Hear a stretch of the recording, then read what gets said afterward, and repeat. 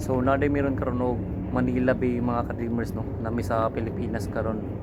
And duty may karon diri double watch, usa sa forward ug isa sa pupa.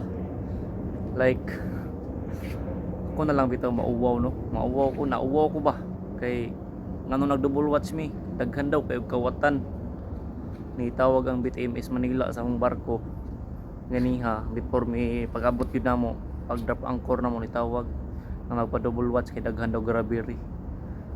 And like uwaw kayo sa kong part bitaw kay kanang Pilipino ko, taga diri ko, and then nagpa double watch kay daghan kuno kayo kawatan.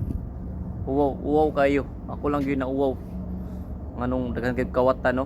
So duty ko karon uwaw kayo kay daghan kuno kayo kawatan diri sa Pilipinas.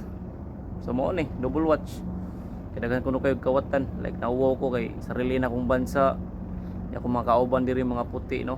So uwaw kayo kay double watch pero sa laing mga perto na mo wala may ngani kay wala may kawatan. Diri ko no sa tuwa daghan kay kawatan. Ay nako, sa ano na uwaw na lang taan eh. Oh, nata diri oh. Mga Pilipinas, Manila. Hindi ka kana mo na ukada da nga part.